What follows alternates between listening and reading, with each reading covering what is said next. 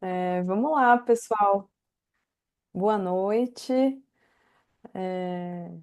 Maravilhosa essa abertura da Suzy, né? Ainda bem que eu disse que não conseguiria acompanhar e no fim consegui e fiquei muito feliz.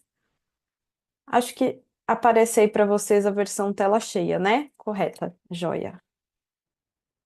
Então vamos lá, pessoal. É muito bom estar aqui de novo nesse curso, que é um sucesso, né? Como todo mundo comentou ali na abertura. E é muito interessante como esse tema da reforma vai sofrendo mutações e novidades, e como a cada dia a gente vai encontrando novos desafios aqui, novos pontos para debater, interpretar. A reforma tributária é realmente um campo muito rico para advocacia, para pesquisa, para estudo, né? Eu vejo quantos TCCs, quantas dissertações, quantas teses não estão sendo construídas agora sobre a reforma tributária. Eu fico maravilhada com isso, com esse movimento todo. Então eu separei aqui a nossa aula em três blocos, tá? Um primeiro bloco que é um overview do IBS da CBS. A Suzy fez esse overview, então eu vou passar muito rapidamente por esse primeiro bloco. Depois a gente vai falar sobre as imunidades, tá? E a gente tem também um bloco sobre o momento da ocorrência do fato gerador, que Suzy também comentou nessa super fala inicial dela, né? Que foi muito mais do que uma introdução. Bom, pensando aqui num depara, né? A gente está saindo desse sistema, como o Suzy comentou, um sistema que é fragmentado, tanto do ponto de vista da base de incidência, como do ponto de vista dos entes tributantes. Hoje, a União pode arrecadar IPI sobre bens, PIS e COFINS sobre bens e serviços, e o IOF Seguros, que acabou entrando aí, né, no jogo da reforma. Os estados têm competência para tributar o consumo pelo ICMS, que incide sobre bens e alguns serviços, serviços de telecom, serviços de transportes, alguns transportes, e os municípios com a competência para tributar serviços, né? E muitos municípios o fazem por meio do ISS. A gente tem mais de 5.500 municípios aqui no Brasil, nem todos instituíram o ISS, mas muitos instituíram, né? Então, essa base de incidência fragmentada, essa dualidade entre bens e serviços, essa pluralidade de entes tributantes foram gerando litígios, conflitos entre os próprios entes, conflitos com os contribuintes e muita complexidade, como o Suzy comentou. E também muitas ineficiências econômicas, né? Porque as características desse sistema antigo fazem com que ele esteja longe de ser um sistema neutro. E aí, com isso, a tributação acabou, sim, ao longo das últimas décadas, interferindo muito, de uma maneira até indesejada, na organização da atividade empresarial. Então, a gente sai desse sistema para esse sistema aqui, né, em que a gente vai adotar o modelo de IVA dual. A União, na sistemática de IVA dual, arrecada a CBS, e os estados e municípios dentro do comitê gestor, né, reunidos nessa entidade, nesse grande condomínio que é o comitê gestor, têm a sua competência para arrecadarem o IBS. A União também vai poder continuar cobrando IPI sobre aqueles bens que competem com a Zona Franca e o imposto seletivo, como o Suzy comentou. E aqui a gente já começa a entrar nas características do IBS da CBS, que é o meu grande foco nesse primeiro bloco, que são o IBS e a CBS, eles são tributos do tipo IVA, né? Claro que não é um copy-cola dos IVAs. A gente tem o nosso IVA dual com as suas próprias características, as características da nossa federação. Agora, a gente fez a reforma tributária com esse grande propósito de trazer o modelo de IVA para o Brasil, um modelo em que a tributação segue essa sistemática de base ampla. Então, no IVA, não importa se a gente está falando de um bem, se a gente está falando de um serviço, ambos serão tributados pelo mesmo tributo, que aqui no Brasil são dois, né? IBS e CBS. São tributos de não cumulatividade plena, então o regime é de crédito financeiro, tudo aquilo que é adquirido para utilização na atividade empresarial, seja atividade meio, seja atividade fim, gera crédito. Exceto o que não gera, né? Que são poucas exceções, a gente tem lá os casos de uso e consumo pessoal e algumas restrições específicas. Incidem no destino, com poucas alíquotas e restrição à concessão de incentivos fiscais. É muito importante a gente ter em mente que o IBS e a CBS, nos termos da Constituição, do artigo 149b da Constituição, devem ter o mesmo desenho, né, para formarem o IVA dual. A ideia aqui é reduzir complexidade, é garantir a transparência, fazer com que esses tributos, na medida do possível, caminhem da mesma forma, né, funcionem da mesma forma. Então, devem observar as mesmas regras quanto aos fatos geradores, base de cálculo, não incidência, imunidades, regimes específicos, enfim. O desenho, o projeto do IBS da CBS deve ser o mesmo, deve ser único, tanto é que esse projeto está ali apresentado na Lei Complementar 214. Agora, quando a gente pegar esse projeto e começar a subir essas duas casas, a grande preocupação é: será que as casas vão ficar iguais? Ou será que o fato de um projeto ficar na mão da União e o outro projeto ficar na mão do comitê gestor vai fazer com que esses tributos, na prática, né, fiquem um pouquinho diferentes? Acho que esse é o grande ponto de atenção hoje, né, da instituição do IBS da CBS. E aí eu até trouxe aqui uma brincadeirinha, a Suzy comentou, será que eles são gêmeos univitelinos, bivitelinos, siameses? Eu também sou do time dos gêmeos univitelinos, né? Pelo menos o IBS e a CBS, como nós conhecemos hoje, são tributos desenhados exatamente da mesma forma. Eles foram ali gerados na mesma forma, como nessa brincadeira aqui que a gente recebeu no WhatsApp, né? Em todos os grupos de tributaristas no dia 1º de janeiro de 2026. Pelo menos a gente se diverte um pouco, né? A gente não só trabalha muito com a reforma tributária. E para a gente entender, portanto, esse modelo de IVA dual, é muito importante a gente compreender o que significa um tributo sobre o valor adicionado, né? O que é tributar o valor adicionado? Quando a gente busca essa tributação do valor adicionado, a gente está falando que nós estamos aqui criando um sistema em que, ao longo de uma cadeia de circulação de um bem, de prestação de um serviço, nós só tributaremos o valor que foi agregado em cada etapa da cadeia por cada agente que a integra. E esse valor adicionado, quando a gente pensa numa indústria, né? O que uma indústria adiciona de valor? Ela compra lá uma série de insumos e ela coloca esforço humano, coloca mão de obra para transformar aqueles insumos num produto final. Depois ela pega esse produto final, adiciona uma margem de lucro, né? Porque todo mundo é filho de Deus, precisa ter uma margem de lucro e vende. Então, o valor adicionado, nesse exemplo que talvez seja o mais intuitivo, que é o da indústria, ele vai corresponder à remuneração paga aos trabalhadores, ao valor da mão de obra e à margem de lucro. É esse o valor que a gente adiciona. A gente adiciona esforço humano e a gente adiciona margem de lucro.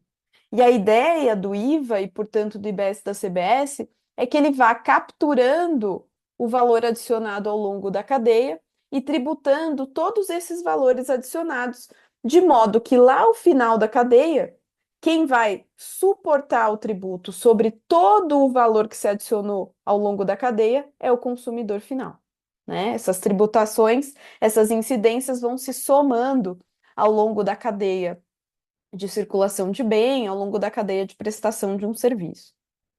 E a gente tem alguns métodos citados na literatura para a identificação desse valor adicionado. Então, a literatura vai dizer assim: olha, eu até poderia, em tese, aferir o valor adicionado pelo método direto aditivo. Valor adicionado não é mão de obra mais margem de lucro, então eu poderia pegar a folha de pagamentos, a margem de lucro de cada etapa da cadeia e fazer incidir a alíquota sobre essa base de cálculo. Eu poderia fazer isso de forma indireta, enfim. Por que os países não fazem isso? Não seguem esse método aditivo que encontra o valor da mão de obra e o valor do lucro? Porque é muito subjetivo, gente, muito difícil de identificar essa base, muito difícil de fiscalizar, né? A gente tem N discussões sobre o que entra, o que não entra na folha de salários, e a gente atrairia essas discussões também para o mundo da tributação do consumo. Então, o que praticamente todos os países fazem? Os países seguem o método indireto subtrativo. Nesse método indireto subtrativo, a gente encontra o valor adicionado pela diferença entre o IVA que incidiu na minha etapa da cadeia e o IVA que incidiu na etapa anterior. Isso aqui, gente, é o método de não cumulatividade, como a gente já conhece, né? Já está lá no ICMS. O tributo recolhido numa etapa da cadeia vira crédito para a etapa seguinte. Então, nessa sistemática de método indireto subtrativo, que é o método da fatura, é o que eu sempre digo, né? Muitos de vocês aqui já podem ter me ouvido falando isso. É como se, de um lado, o contribuinte fosse empilhando as faturas de tudo que ele fornece, tudo que ele vende, e de outras faturas de tudo que ele compra. Que é o valor adicionado? É a diferença entre tudo que ele comprou e tudo que ele forneceu. Tá aí o que ele agregou de valor, tá? E é nessa diferença, nessa margem, que a gente vai arrecadar, que a gente vai fazer incidir o IBS e a CBS, tá? Bom, e a gente também ouve dizer que o IVA é um tributo muito bom, né? Que o IVA, a Vanessa Canado diz isso, que o IVA é um tributo perfeito, né? Um tributo perfeito. Por que que o IVA é tão admirado, tão elogiado? Um IVA bem desenhado, ele tende a atender às características de um bom sistema tributário que aparecem lá na literatura econômica sobre tributação. Então, ele tende a gerar um sistema simples, porque tem base ampla, poucas alíquotas, poucas exceções. Ele tende a gerar um sistema mais transparente, porque como a gente reduz as exceções e a gente coloca aquela alíquota incidente por fora, fica muito mais transparente para o consumidor quanto é que ele está pagando de tributo, né? Hoje a gente não tem essa transparência, porque é tributo que entra na base do próprio tributo, entra outro tributo, faz um, para encontrar a base de cálculo, divide por um menos a alíquota, é uma confusão, é uma confusão. É, O IVA tende a ser um tributo mais neutro, porque ele é não cumulativo, porque ele incide no destino, evita a guerra fiscal, né? Claro que a gente pode ter outras formas de competição, como a Suzy comentou. Agora os entes vão competir pelos consumidores, vão competir por população, né? Porque onde estiver o consumidor, para lá é que irá o produto da arrecadação. E o IVA, como reduz as exceções, ele tende a ser um modelo mais equânime, né? Ele evita que situações equivalentes sejam tratadas de maneiras diferentes. E é muito interessante porque aqui no Brasil, essas características de um bom sistema tributário, que a gente encontra lá na literatura econômica, foram inseridas na Constituição, pela Emenda Constitucional 132, como princípios, né? Como princípios. Então, o artigo 145, parágrafo 3º, hoje prevê que o sistema tributário nacional, vejam, não é só IBS-CBS, é o sistema tributário nacional, deve observar os princípios da simplicidade, da transparência, da justiça tributária, da cooperação e da defesa do meio ambiente. Também diz o parágrafo 6º desse mesmo artigo que a gente deve agora, a partir de agora, buscar atenuar efeitos regressivos na legislação tributária, né? Que significa essa regressividade? Sobretudo quando a gente fala da tributação do consumo, quanto menor a renda da pessoa, maior é a parcela daquela renda que é consumida, que tende a ser consumida, né? Então, os tributos sobre o consumo, eles têm uma tendência a serem regressivos, porque eles acabam onerando mais, proporcionalmente, aqueles de menor renda. Então, está agora previsto na Constituição esse direcionamento, essa diretriz, de que a gente precisa ficar atento com a regressividade. E uma das formas de atenuar a regressividade é, por exemplo, o mecanismo de cashback, que ainda que muito timidamente, né, foi previsto na nossa reforma tributária. Também ficou previsto na Constituição, no artigo 156A, parágrafo 1º, que o IBS será neutro e também a CBS, né? O que, de acordo com a Lei Complementar 214, significa que eles devem ser desenhados e aplicados de modo a evitar distorcer as decisões de consumo e de organização da atividade econômica. Então, um tributo neutro é aquele tributo que é o mais imperceptível possível, né? Ele arrecada, cumpre a sua função de arrecadar, mas ele não interfere na escolha da empresa sobre a forma como ela vai organizar a sua atividade empresarial, né? Ou interfere muito pouco. Ele não interfere na escolha do cidadão sobre qual produto ele vai consumir. Um produto mais barato porque está sujeito a uma tributação menor do que outro. É claro que aqui no Brasil, pessoal, a gente acabou tendo uma grande diferença entre o dever ser e o que é, né, a nossa reforma tributária, porque a gente acabou colocando ali tantas exceções à alíquota padrão no texto, que a gente vai ter sim algumas situações de quebra de neutralidade, muitas situações complexas, né? Embora eu seja uma grande admiradora, apoiadora da reforma tributária, eu reconheço sim que a gente não conseguiu chegar ao cenário ideal. E a gente vai migrar para esse novo sistema gradativamente, né? Muito gradativamente. O tempo está voando. A transição, nossa, decolou.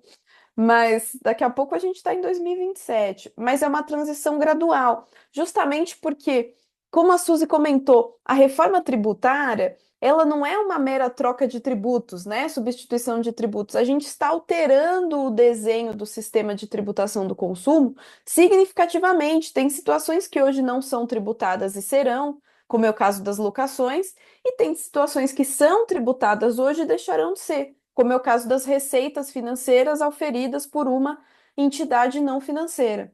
Essas mudanças vão impactar os preços relativos na economia, vão mexer com a nossa economia de formas que a gente só vai conhecer vivendo. É aquela história, quando chegar a ponte a gente cruza, essa realidade, muito dessa realidade, a gente só vai conhecer cruzando a ponte, né? Por isso a ideia de uma transição longa, para a gente ir se ajustando gradativamente a essa nova realidade. A transição para os entes, para os governos, será mais longa ainda, né? Para estados e municípios, a transição, essa transição da tributação da origem para o destino, ela vai acontecer ao longo de 50 anos. Para a gente, como contribuinte, né, não será perceptível, mas do ponto de vista da arrecadação, do ponto de vista orçamentário, isso vai acontecer muito gradativamente, porque a mudança, né, se fosse brusca, poderia quebrar aí muitos estados e municípios, tá? Então, como é que vai acontecer essa transição gradual? Agora a gente está na fase de teste, né, emitindo os documentos fiscais ajustados. No ano que vem, começa de fato a transição. O PIS e a COFINS já vão embora aqui do sistema. O IPI é reduzido a zero, exceto para os bens que competem com a Zona Franca de Manaus. Então a gente passa a ter só o IPI Zona Franca. E a CBS já entra aqui no sistema, substituindo o PIS e a COFINS. Dizem, né? Espera-se aí uma alíquota de 8,8%, em torno de 9% para a CBS no ano que vem. O que é interessante? Que agora, em 2026, o IBS está em teste. A gente cumpre a obrigação acessória e isso basta. Em 2027, o IBS passa a ser recolhido, a alíquota de 0,1%. Não há autorização na Constituição nem na Lei Complementar 214 para que o IBS seja substituído por obrigação acessória em 2027, tá? Então a gente já começa a recolher IBS em 2027. Em 2028 nada muda, tá? Em 29 a gente começa a transição que eu considero a mais difícil. Por quê? a gente já vai estar com a CBS lá rodando normalmente, mas o IBS, ele começa gradativamente a substituir o ICMS e o ISS. Então, a gente consegue ver aqui nesse desenho que é do Marcos Flores, da Receita Federal, que o ICMS e o ISS vão tendo as suas alíquotas reduzidas gradativamente de 2029 a 2032. 10% em 29, 20% em 30, aumenta para 30% em 31 e aumenta para 40% em 32. E aí, no lugar, nesse vácuo, nesse espaço que o ICMS vai deixando, entra o IBS no lugar. No espaço que deixa o ISS, entra o IBS no lugar. Significa que de 2029 a 2032, as alíquotas do IBS elas terão de ser calculadas de modo a preencher esse vácuo que os tributos antigos estão deixando, tá? Como é que vai ser calculada essa alíquota de referência? Então, o Senado, que ficou com essa tarefa inglória, vai ter que olhar lá, com a ajuda do TCU, do Ministério da Fazenda, quanto que se arrecadaria de ICMS, né? Quanto que se arrecadou de ICMS? Pega 10% disso e coloca no lugar o IBS, tá? E define assim quanto é que eu tenho que cobrar de alíquota de IBS para repor esse vácuo deixado pela saída gradativa do ICMS e a mesma coisa para o ISS. Por que que eu digo que essa fase é a mais desafiadora? Porque a gente vai conviver intensamente com os dois sistemas. É claro, a gente vai conviver com os dois sistemas desde 2027 até 2032, mas vejam que lá em 2029 a gente tem IBS e ICMS coexistindo, IBS e ISS coexistindo. Um incide na origem, um incide no destino. Um tem substituição tributária, o outro não, né? E a gente já tem visto aí nas conversas com as empresas esse desafio surgindo. Ah, se eu. A Suzy citou o cost sharing. Ah, vamos tributar o cost sharing. Tudo bem, gera crédito para todo mundo, paciência, a gente tributa. Tá bom, mas eu vou emitir uma nota de serviço contra outra empresa do meu grupo? Que código que eu vou colocar? Qual o código NBS que eu vou usar? Mas se eu colocar, emitir essa nota, eu vou. Isso é um gatilho para apuração de SS? Enfim, tem vários desafios práticos da coexistência dos dois regimes, o regime antigo e o regime novo, que a gente vai viver intensamente aí de 2029 a 2032. Não vai ser fácil, a gente vai ter que ser assim, não tem o ambidestro, a gente vai ter que ser ambitributação, né? Pensar conviver com regimes totalmente diferentes. E aí, em 33, acaba a transição, tá?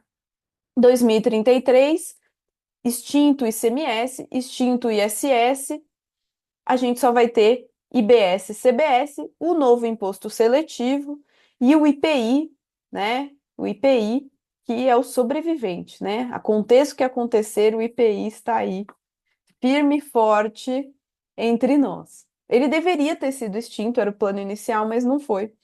Ficou aí o IPI para contar essa história, o vencedor da reforma tributária.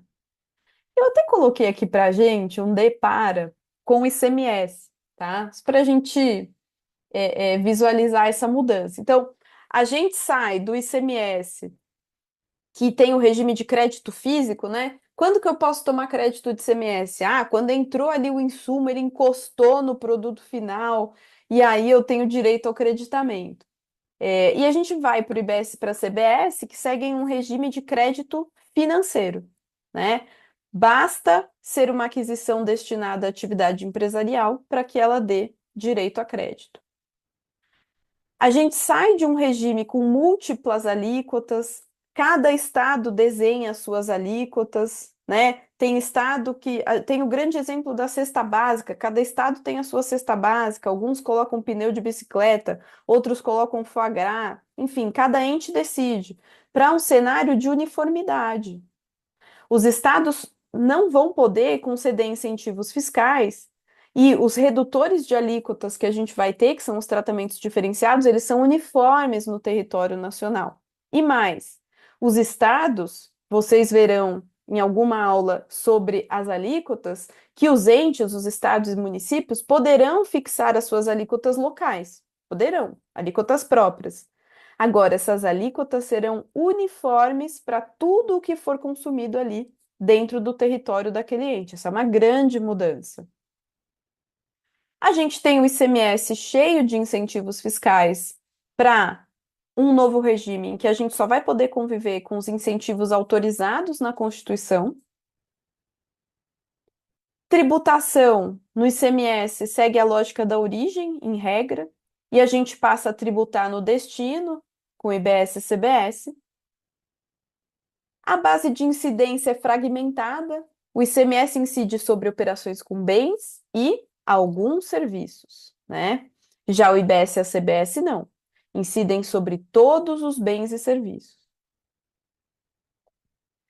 Incidem sobre todos os bens e serviços, com isso que a gente tem chamado de base ampla de incidência, né? Como eu comentei, para IBS e CBS, é indiferente se a operação envolve um bem ou se a operação envolve um serviço.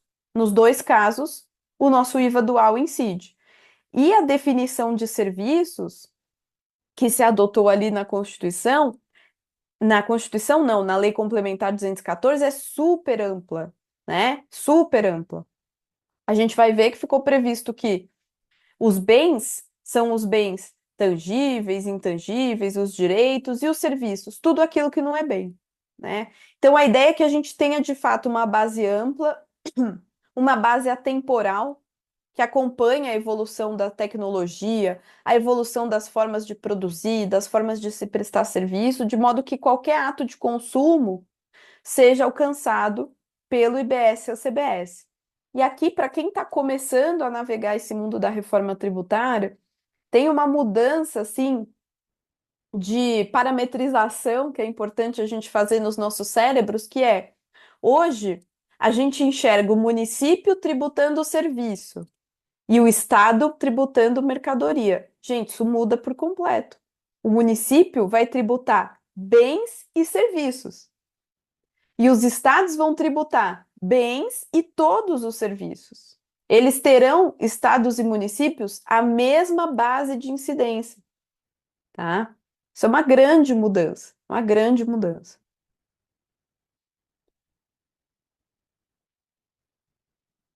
E aí, vamos lá. Vamos começar a entrar aqui na materialidade do IBS da CBS. Tá bom, a base é ampla, mas quais eventos econômicos, quais situações serão efetivamente alcançados por esses novos tributos? O que a lei complementar previu é que o IBS e o CBS incidem sobre operações onerosas com bens e serviços. Essa é a regra. É a incidência sobre operações onerosas. E diz mais o parágrafo 4º que considera-se operação onerosa qualquer fornecimento com contraprestação.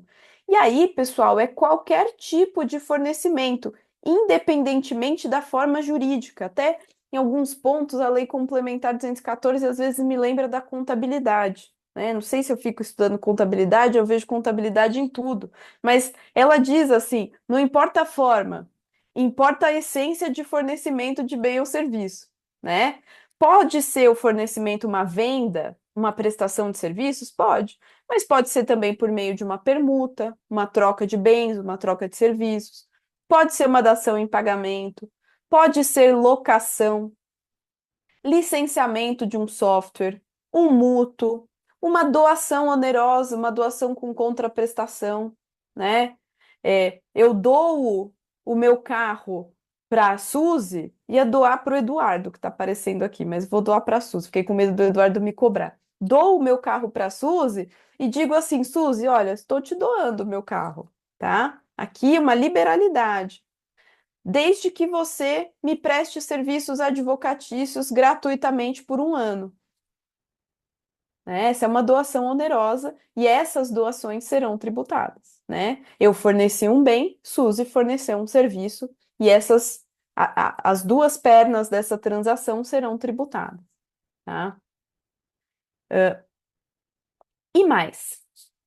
veio a lei complementar, lá no artigo 3º, essa lei complementar, ela é interessante porque ela segue uma tendência que a gente não está habituado aqui no Brasil, que é uma tendência da experiência internacional de ter ali um primeiro bloco de definições, né? Parece contrato, contrato de venda de empresas. Então, tem o artigo 3º que traz definições.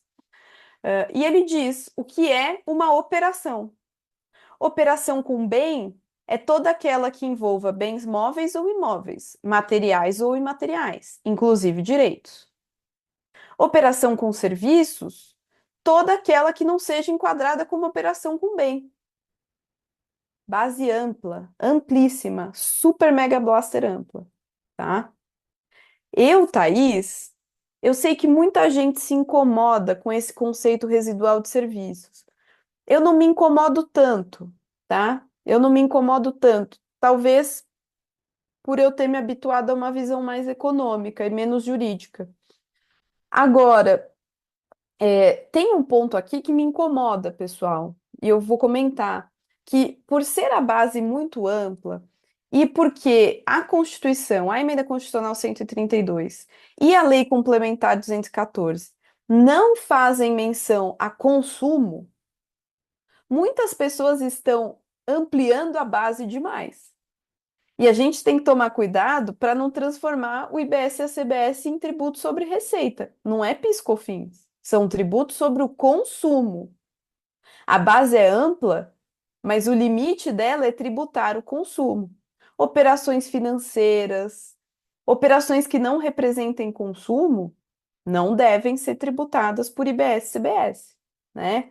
Como o artigo 4º aqui ele fala em mútuo oneroso, muita gente às vezes comenta: ah, então, se uma empresa do grupo empresta dinheiro para outra do mesmo grupo e cobra juros, essa operação será tributada? Não, não. As operações meramente financeiras, as intermediações serão tributadas sim, no caso das instituições financeiras, tá?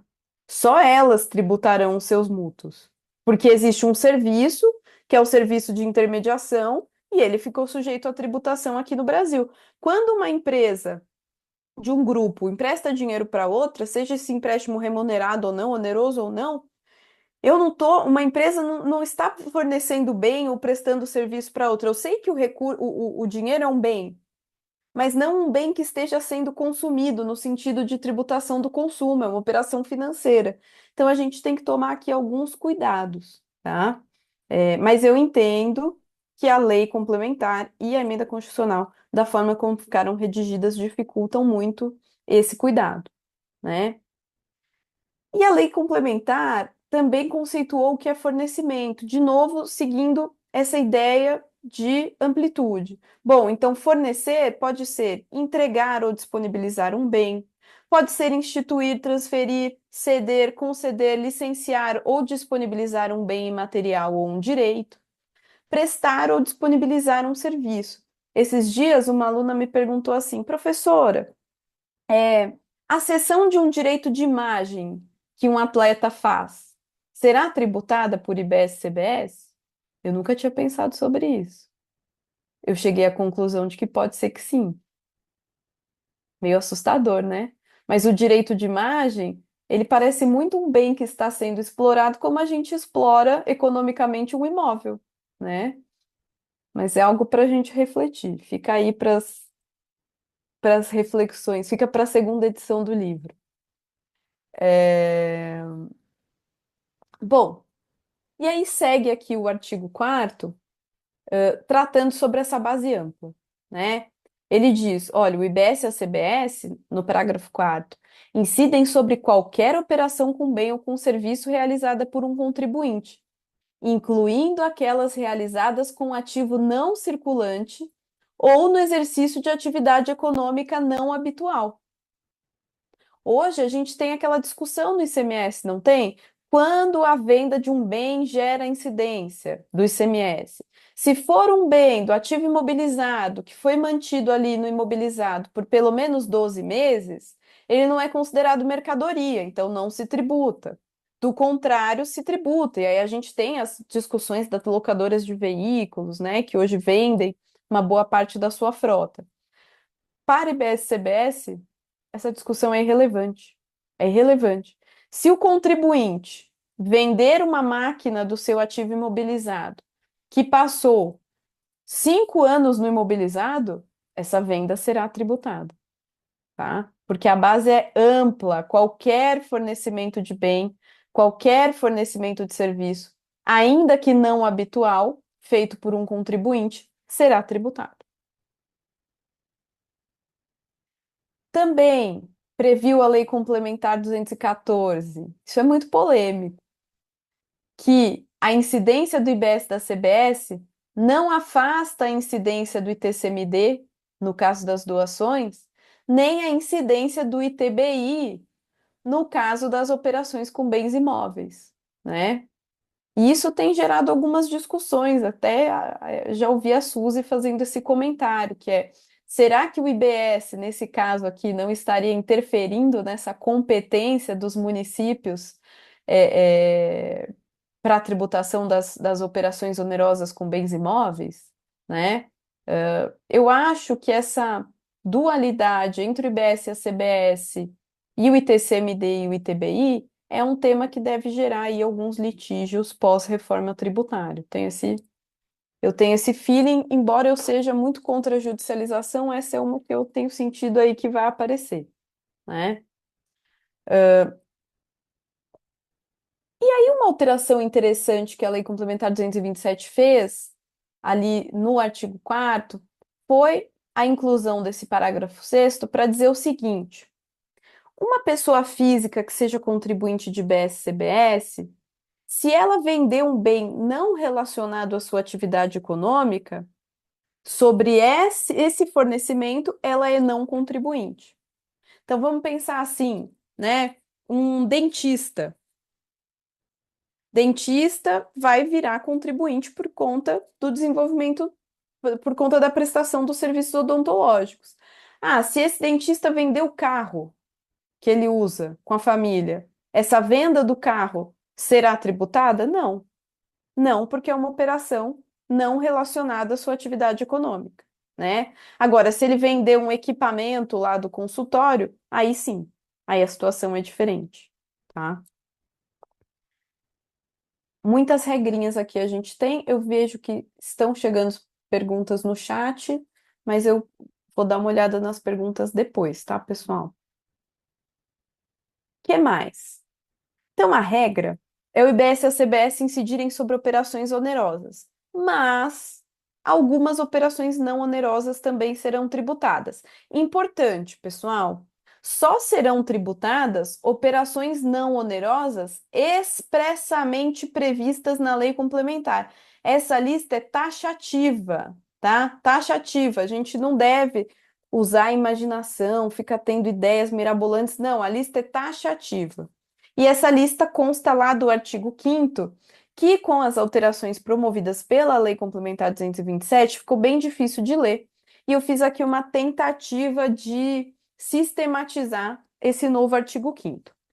Então, o artigo 5º está assim: qual operação não onerosa vai sofrer incidência de BS-CBS? Olha, se uma empresa, por exemplo, fornecer de forma não onerosa, forma gratuita, ou a valor inferior ao de mercado, bens e serviços que ela comprou, que ela adquiriu e tomou créditos, apropriou créditos, se ela fizer esse fornecimento gratuito ou a valor inferior ao de mercado de um bem adquirido e que gerou apropriação de créditos para o próprio contribuinte, caso ele seja uma pessoa física, para um sócio, acionista, administrador e outros dirigentes, para empregados ou para cônjuges, companheiros e parentes até o terceiro grau dessas pessoas físicas aqui, esse fornecimento deve ser tributado, tá?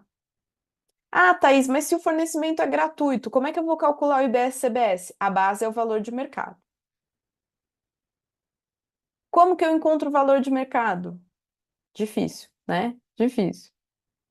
A gente já fala desse conceito já já. Agora, também pode acontecer um fornecimento não oneroso ao valor inferior ao de mercado de bens e serviços produzidos ou prestados pelo contribuinte.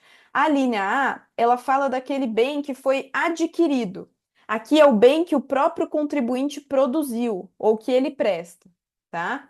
Se ele fornecer essa autoprodução para dirigentes, empregados e os parentes dessas pessoas, o fornecimento tem de ser tributado, tá?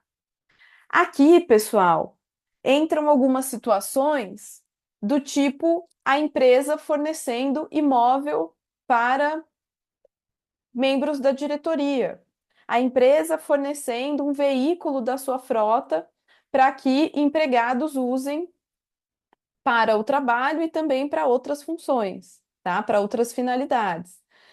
Muitas situações, muitos fornecimentos podem se enquadrar aqui nessas regras de operações não onerosas.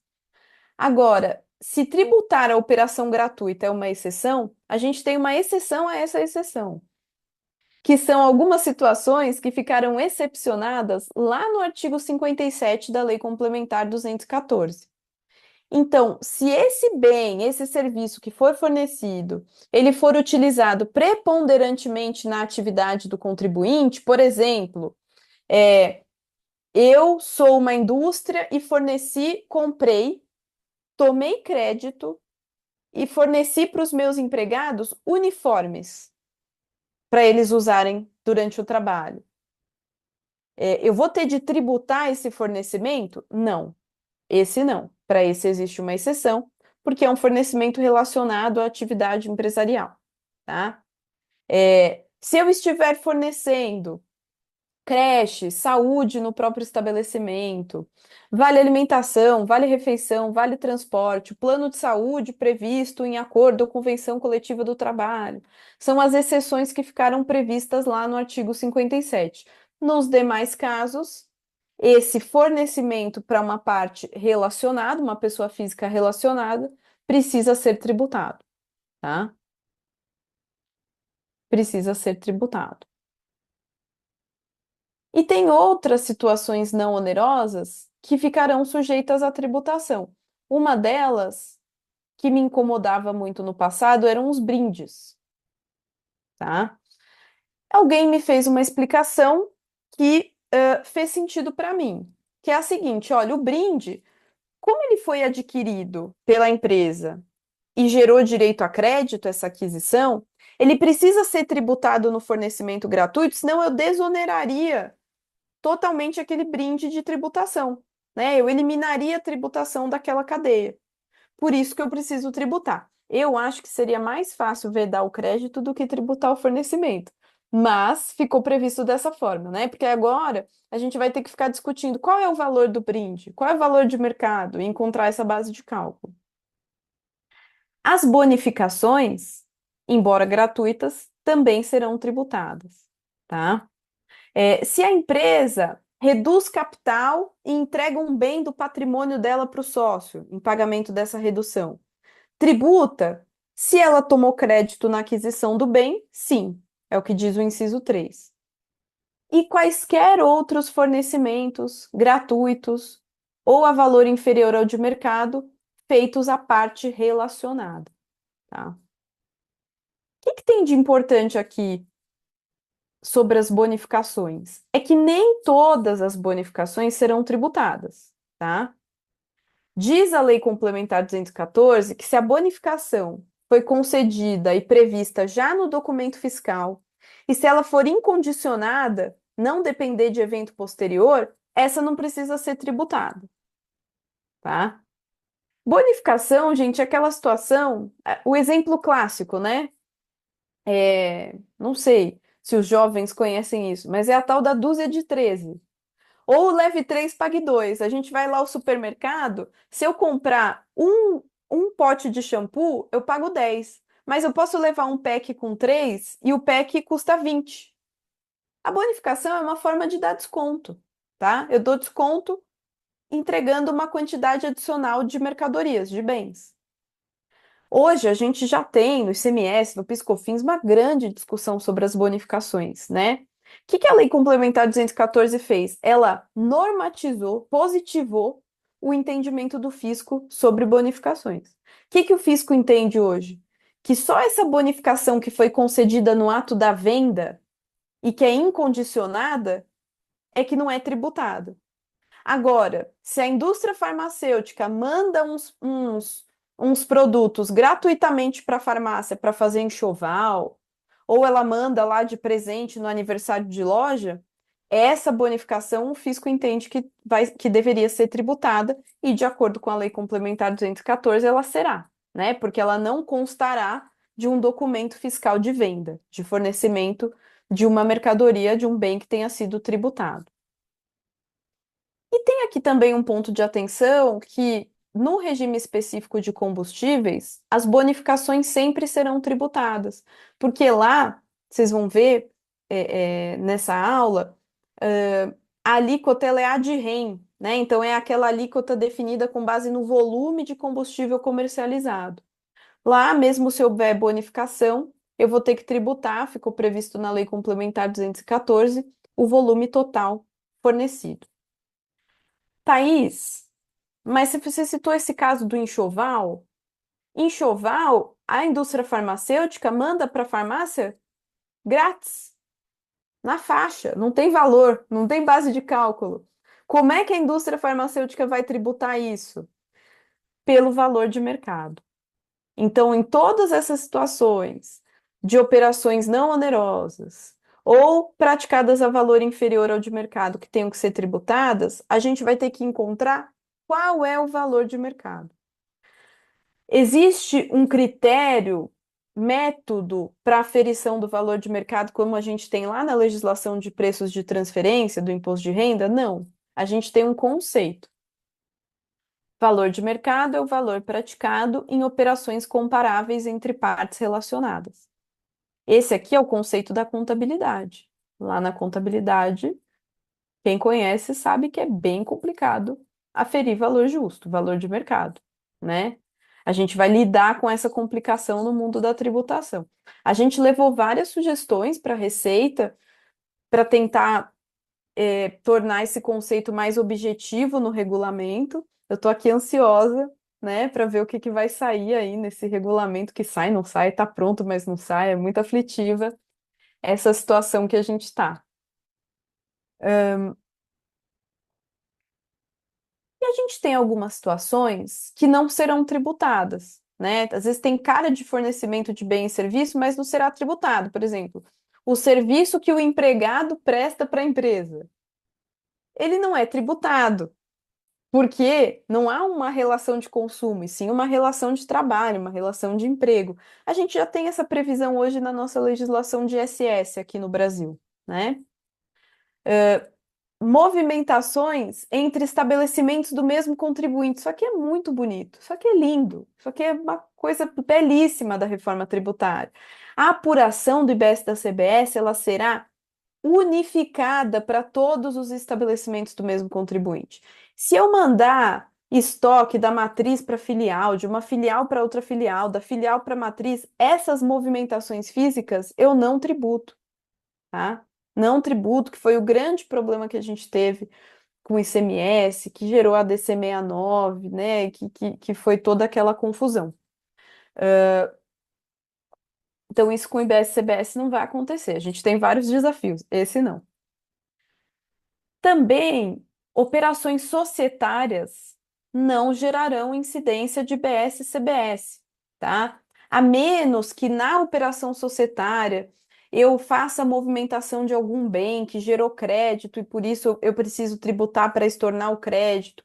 Ou então nos casos em que a operação societária, na verdade, mascara o fornecimento de um bem ou serviço, né? Fique comprovado pelo fisco que eu não queria vender a empresa, eu queria vender o estoque da empresa.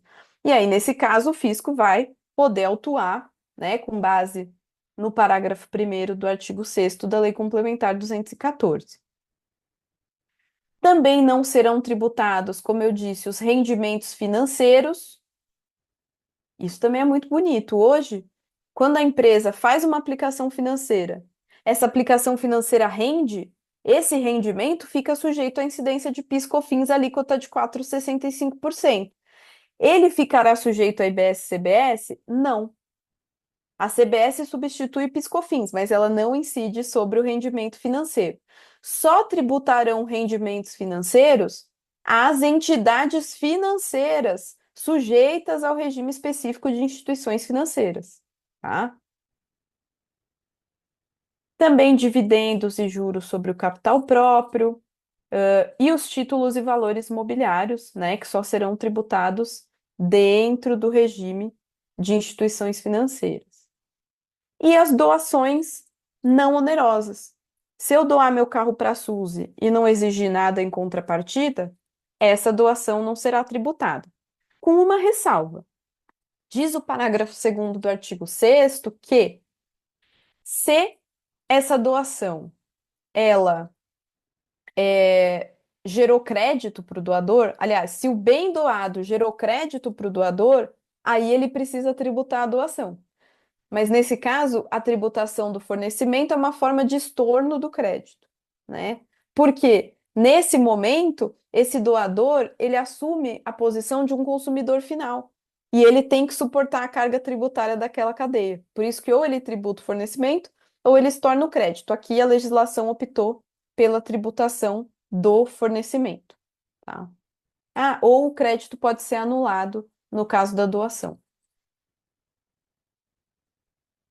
E esse era o primeiro bloco que eu disse que eu ia falar rapidinho, eu praticamente não respirei aqui. Deixa eu dar uma olhadinha nas perguntas desse primeiro bloco, pessoal. Tantã, deixa eu ver.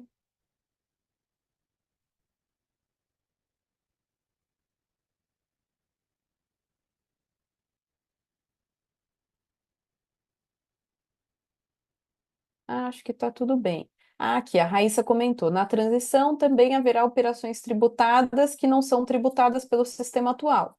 Isso aí. Tem alguma intenção de instaurarem um regime de transição igual ao da Lei 12.973? Tipo um RTT? Acho que não.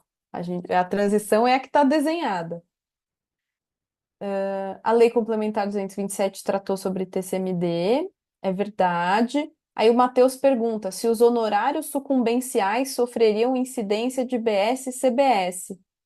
Apesar de ser enquadrável no conceito residual de serviço, não me parece que se enquadre no conceito de operação, tampouco de consumo. Olha, Matheus, eu entendo que sim, tá?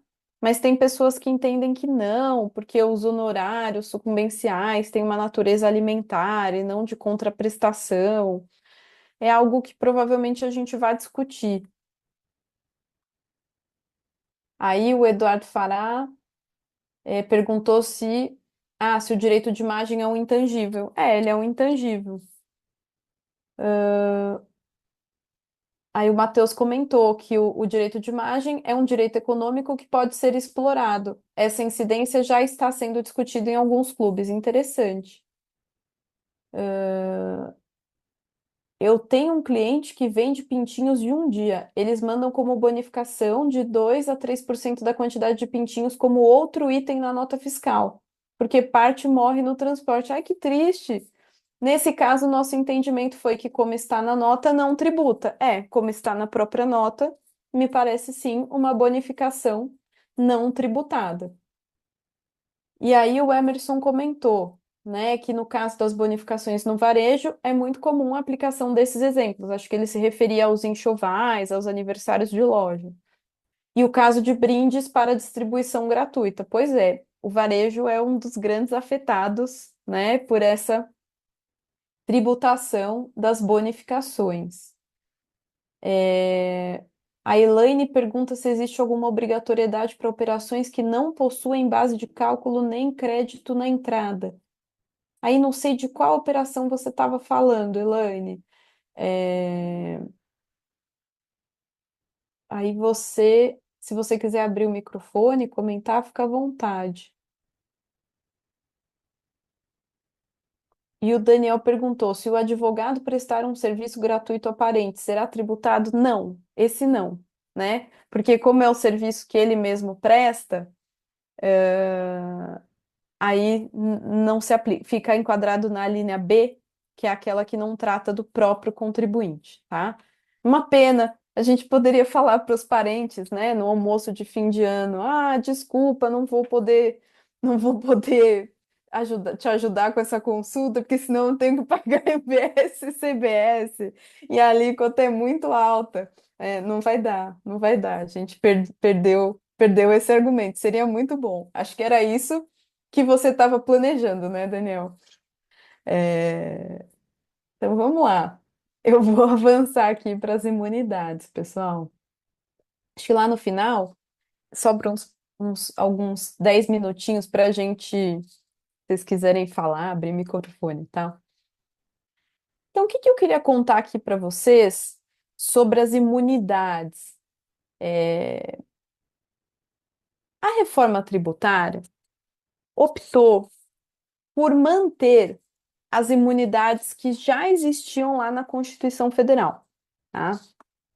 Ela manteve as imunidades e ela ampliou essas imunidades, porque a gente tem lá no artigo 150 da Constituição a previsão às imunidades a imposto, né? Situações em que o constituinte decidiu, vedou a tributação. São as situações de não tributação, né? O constituinte disse: a competência tributária do ente para instituir imposto não alcança essas situações. É isso que ele está dizendo no artigo 150. O que que a reforma tributária fez? A emenda constitucional adicionou ao artigo 150 a CBS, embora ela seja uma contribuição e não um imposto. E também fez alguns ajustes nessas regras de imunidade. É isso que eu vou mostrar aqui para vocês, tá? Uma imunidade por excelência que não tem relação nenhuma com o artigo 150 é a imunidade às exportações. Como o IBS e a CBS incidem no destino, se eu estou destinando bem ou serviço para o exterior, ele vai ser consumido fora do território brasileiro e, portanto, ele não pode ser tributado aqui. Ele está fora da competência dos entes tributantes. Aí, entrando no artigo 150, uma das imunidades é a imunidade para rádio e TV. São as prestações de serviços de comunicação nas modalidades de radiodifusão sonora e de sons e imagens de recepção livre e gratuita. É a TV aberta, o rádio aberto, esses ficaram imunes à incidência de BS e CBS, né? Também a imunidade recíproca prevista lá no artigo 150, inciso 6, foi mantida pela Emenda Constitucional 132. Então, quando um Estado fornece a um município, esse fornecimento não pode ser tributado, porque eles são reciprocamente imunes. O que que tem de interessante aqui, nessa imunidade? É que por muitos anos houve um litígio, houve uma discussão se os Correios estariam sujeitos à imunidade recíproca, né? Os Correios venceram essa discussão no STF e na regulamentação da reforma tributária foram expressamente incluídos como entidades reciprocamente imunes, tá? Então, os Correios ficaram imunes ao IBS e à CBS. Agora, se os fornecimentos realizados por União, estados e municípios são imunes, as aquisições realizadas por esses entes serão tributadas. As compras governamentais não ficaram imunes a IBS e CBS. Quer dizer que quem fornece para o poder público, uma empresa que fornece para o poder público, esse fornecimento será tributado? Sim. Agora, foi previsto um mecanismo de desoneração para as compras governamentais, que é o seguinte. E aí eu trouxe aqui um exemplo para a gente entender.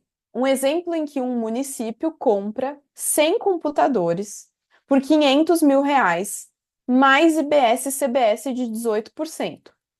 Então, a nota fiscal vai sair assim: valor da operação 500, IBS e CBS 90 mil, valor total da nota 590, tá? Vejam, IBS e CBS incidindo normalmente nesse fornecimento. Mas o que que vai acontecer? Do ponto de vista orçamentário, vai haver uma redistribuição do produto do IBS da CBS, de modo que todo o IBS e CBS que incidiu volte para o município que está comprando esses computadores, tá? Então a gente desonera por completo. Como é que isso é feito? A alíquota da CBS e do IBS estadual são reduzidas a zero no sistema de arrecadação. E a alíquota do IBS municipal é aumentada para 18%.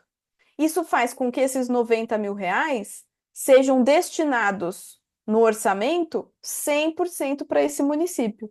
No final do dia, ficou imune o fornecimento? Ficou. Ficou desonerado? Ficou. Mas por meio dessa sistemática que foi pensada, me parece, para conferir mais transparência orçamentária, tá? A gente, eu sou a Dell, vendendo para esse município. Eu vou enxergar esse mecanismo de distribuição? Não, eu vou emitir a nota com destaque do IBS-CBS e vai ser lá no sistema de arrecadação que essa redistribuição vai acontecer, tá? Isso acontece entre os entes, não afeta o fornecedor, o contribuinte fornecedor. E a gente tem previsão de que as alíquotas de BS-CBS nesses fornecimentos terão algumas reduções, tá? Ainda não está 100% definido quais serão esses fatores, mas a alíquota que o fornecedor vai destacar na nota fiscal não é uma alíquota cheia, é uma alíquota reduzida, tá? Agora, haverá destaque? Haverá. Haverá. É um mecanismo interessante e que gera a desoneração da cadeia toda, tá? Então, quem fornece para o poder público terá esse super benefício, né, no fim do dia da desoneração, porque o poder público ele vai suportar só o preço líquido daquele fornecimento. Também ficaram imunes as entidades religiosas, inclusive suas organizações assistenciais e beneficentes. Essa imunidade já existia, ela foi estendida para a CBS e para as organizações assistenciais.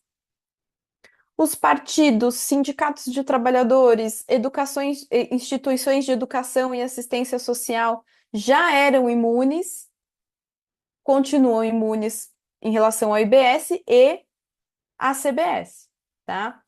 Tem aqui um ponto muito interessante para quem lida com o terceiro setor. A gente sabe que lá no terceiro setor tem a história do SEBAS, que para eu sou uma entidade de educação beneficente. Eu sou imune. Mas para que eu me aproveite as imunidades tributárias, eu preciso desse certificado que é o SEBAS. É fácil obter o SEBAS? Não. É uma missão impossível, eu tenho que cumprir diversas contrapartidas, é muito difícil. E muitas entidades que fariam jus à lei à imunidade não aproveitou a imunidade porque não tem SEBAS. O que a Lei Complementar 214 fez? Ela não exige o SEBAS para o aproveitamento da imunidade. Ela exige que sejam observados os requisitos do artigo 14 do CTN, que é não distribuir resultados e manter uma escrituração regular, né? Em resumo. Então, esse é um ponto, digamos que positivo aqui da Lei Complementar 214. Um ponto negativo é que a lei complementar ela não cita expressamente as entidades de saúde, ela fala em educação e assistência social. É claro que a gente consegue incluir a saúde dentro da assistência social, mas esse é um ponto de preocupação entre os hospitais filantrópicos, né, sobretudo. Mas eu entendo que eles devem sim estar abrangidos. Livros, jornais e periódicos, e aqui uma crítica é que a lei complementar poderia ter citado os e-books e os dispositivos de leitura eletrônica, né? É um contencioso que existiu e eu espero que ele não volte a existir, né? Fonogramas e videofonogramas com algumas exigências, eles têm que ser interpretados por artistas brasileiros, produzidos no Brasil, né? Então, são os fonogramas e videofonogramas nacionais. Eu vi aqui que a Raíssa comentou, né, que no terceiro setor é entendimento comum abranger a saúde, ampla jurisprudência. Eu concordo com você, Raíssa, eu concordo. É, é, mas acho que se perdeu uma oportunidade de deixar esse tema mais claro na lei complementar, né? Mas eu entendo também que a tramitação foi super complicada, muitos pontos para cuidar ali na hora de elaborar a lei complementar. E aí, por fim, eu não queria aqui ficar lendo regras de imunidade para vocês. Depois vocês vão ver que nesse material tem ali o que é a minha sistematização dessas imunidades. Agora, do ponto de vista prático, o que que é importante a gente saber? Que a imunidade e a isenção geram anulação dos créditos de BS-CBS, tá? Então, uma entidade que fique imune, presta serviços de educação e ficou imune. Ela vai prestar serviços para os alunos e na sua fatura não haverá incidência de BS-CBS. Muito bom. Agora, tudo que essa entidade comprar não gerará direito ao creditamento de BS-CBS. Para ela, o IBS-CBS é um custo, tá? Isso nos casos de imunidade e nos casos de isenção. Ressalvadas algumas exceções. O creditamento ficou permitido para a imunidade dos livros, jornais e periódicos e do papel destinado à sua impressão, e para os serviços de comunicação, para a TV aberta, para o rádio aberto. E tem também uma exceção que eu não coloquei aqui, que é a exceção para as entidades, para os prestadores de serviços de saúde que tenham SEBAS, tá? Que sejam certificados como entidades beneficentes de assistência social. Esses, mesmo se forem imunes, poderão fazer algumas aquisições de medicamentos, dispositivos médicos com alíquota zero, o que acaba neutralizando esse efeito da perda do crédito, né? Porque aí eu compro sem tributação a maior parte ali dos meus insumos hospitalares, mas ainda assim terão um impacto. E a gente tem tido algumas discussões sobre quebra de isonomia, né? Porque se a gente olhar para uma universidade que seja contribuinte de BS-CBS, essa vai tomar crédito sobre todas as suas aquisições. Uma universidade imune, não, e portanto o custo dela acaba ficando maior, né? O Matheus perguntou aqui se os serviços de educação e saúde que têm regime diferenciado poderiam aproveitar créditos. Não é alíquota zero, Matheus, eles têm um desconto de alíquota, tá? Então pagarão 40% da alíquota padrão, podem tomar créditos e 100% dos créditos, não ficam limitados a essa alíquota de 40%. Então, são entidades que provavelmente acumularão créditos, né? Acumularão créditos. E aí, por fim, aqui dos temas que eu recebi no meu job description de hoje, o momento da ocorrência do fato gerador, né? Quando é que o IBS e a CBS se tornam devidos? A gente viu que o gatilho para a incidência de IBS-CBS é o fornecimento, é praticar uma operação onerosa ou não onerosa, né, que vai abranger qualquer fornecimento. Então, a regra, pessoal, é que o fato gerador do IBS e da CBS aconteça no momento do fornecimento. Forneci, forneci o bem, forneci o serviço, aconteceu o fato gerador. E aí tem algumas situações que foram previstas expressamente na lei complementar. No caso de transporte, se ele for iniciado no país, o fato gerador ocorre no início do transporte. Se for um transporte de carga, está trazendo uma carga do exterior aqui para o Brasil, aí o fato gerador acontece no término. Serviços em geral, fato gerador acontece quando eu termino de prestar o serviço, né? Quando a gente fala do fornecimento de um bem, é intuitivo identificar esse momento do fornecimento, né? Vendi esse celular aqui para o Paulo. Quando que eu forneci? Entreguei, ele aceitou, a venda está concluída? Forneci. Fato gerador aconteceu. E um serviço? Fui contratada para ajuizar uma ação para o meu cliente e conduzir esse processo até o trânsito em julgado. Quando que eu forneci o serviço? No começo quando eu ajuizei a inicial, quando transitou em julgado, né? Não é tão intuitivo identificar o momento no caso das prestações de serviços, né? Disseram aqui que se for no Tribunal de Justiça do Rio Grande do Norte, que vai até o infinito, fica mais difícil ainda. Eu não conheço, mas já, já vi aí um longo horizonte de tramitação. É, Então, para os serviços, a regra é o término do fornecimento. Agora, eu posso ter um serviço de execução continuada, de execução fracionada. É esse exemplo da condução de um processo, né? Ou um exemplo que eu trouxe aqui do setor da saúde. Falei, olha, uma empresa, ela celebrou um contrato para atender de home care, para atender um paciente. E aí ela vai ficar ali recorrentemente, né, enquanto for necessário, prestando serviço de saúde, fornecendo os equipamentos, fornecendo os medicamentos. Quando acontece o fato gerador do IBS da CBS, nesse caso de execução continuada? O que é que está previsto na lei complementar? Que nesses casos, o fato gerador acontece quando se torna exigível o pagamento, ou no momento do pagamento, o que acontecer primeiro. Essa redação já é uma redação nova, melhorada pela Lei Complementar 227. Eu achei muito ruim. Porque quando é que se torna exigível o pagamento? É no momento em que a empresa de home care emite a fatura? Ou é no momento em que a fatura vence? Essa é uma grande preocupação para o pessoal de contas de consumo, fornecedores de gás encanado, de energia. Passa uma pessoa aqui na minha casa e mede o meu consumo de gás. Aí ela emite uma fatura.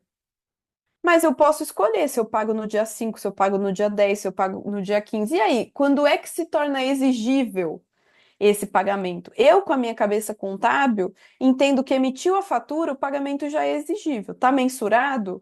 Foi cobrado? É exigível. Mas quem tem uma cabeça mais jurídica vai dizer: não, o pagamento só é exigível quando vence a obrigação, tá? Então, esse parágrafo terceiro aqui ele precisa de esclarecimento. Espero que o regulamento traga algum detalhamento, tá? Agora, o que que é importante a gente ter em vista, pessoal, é que o momento da ocorrência do fato gerador, em regra, é o momento do fornecimento. Mas se o pagamento acontecer antes do fornecimento, o fato gerador se antecipa, né?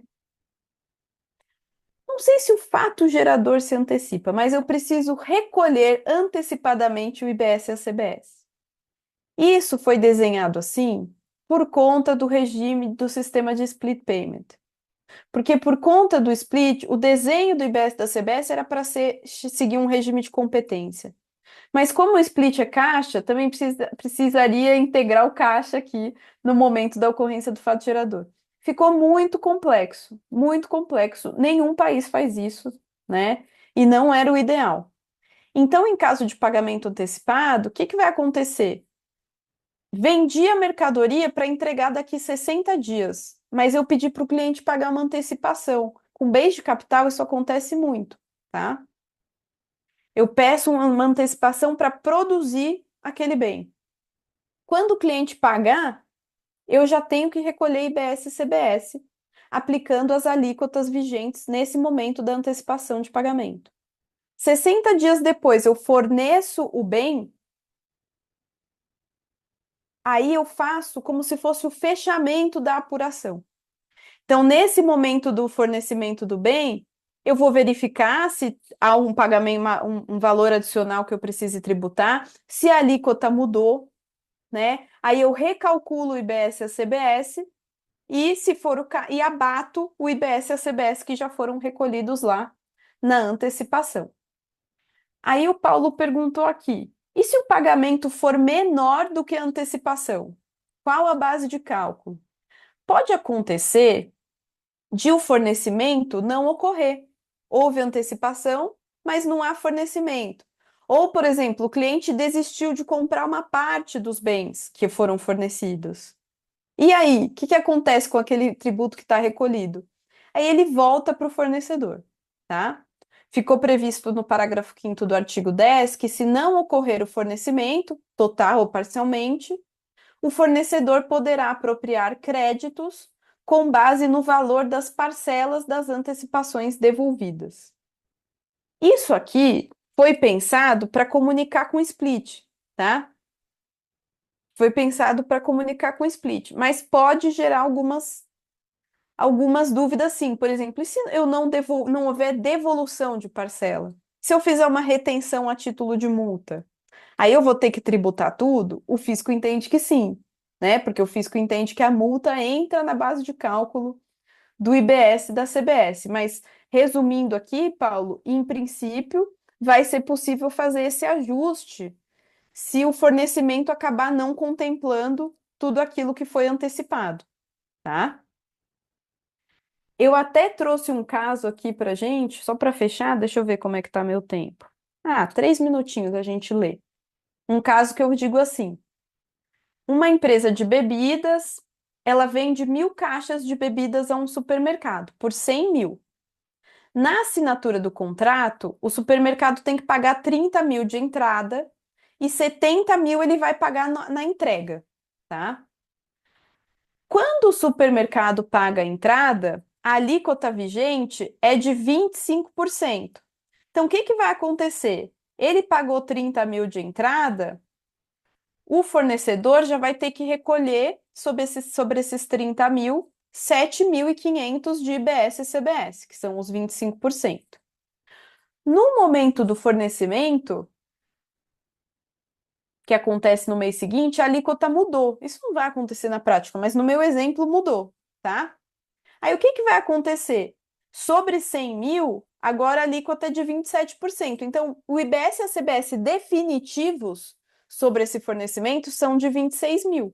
Eu vou recolher 26 mil? Não, porque eu já antecipei 7.500. Então, a Bebidas Quatá vai recolher, nesse momento, né, da entrega das caixas, só a diferença de 18.500.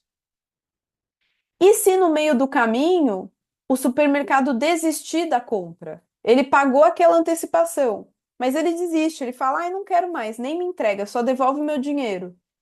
A Bebidas Quatá devolve o dinheiro, e aí o que que ela faz? Aquele BS-CBS que ela recolheu de 7.500, ela pode apropriar como crédito, tá? Aí o crédito funciona como se fosse um estorno do débito, tá? Um caso bem simples, só para tentar materializar aqui essa complexidade toda. A ideia é que a gente tenha um sistema informatizado, muito bem preparado, mas vai ser fácil fazer essa conciliação, esses ajustes? Não vai, gente, não vai, não posso mentir, ainda que eu seja uma fanzona, da reforma tributária. Obrigada, pessoal, eu vou deixar aqui um tempinho para perguntar se alguém quer fazer alguma pergunta, algum comentário. Fiquem à vontade, se vocês quiserem mandar pelo chat ou levantar a mão, a gente tem aí 5 minutinhos. Ninguém vai brigar com vocês por fazerem pergunta no fim da aula. Tem que ficar tranquilo.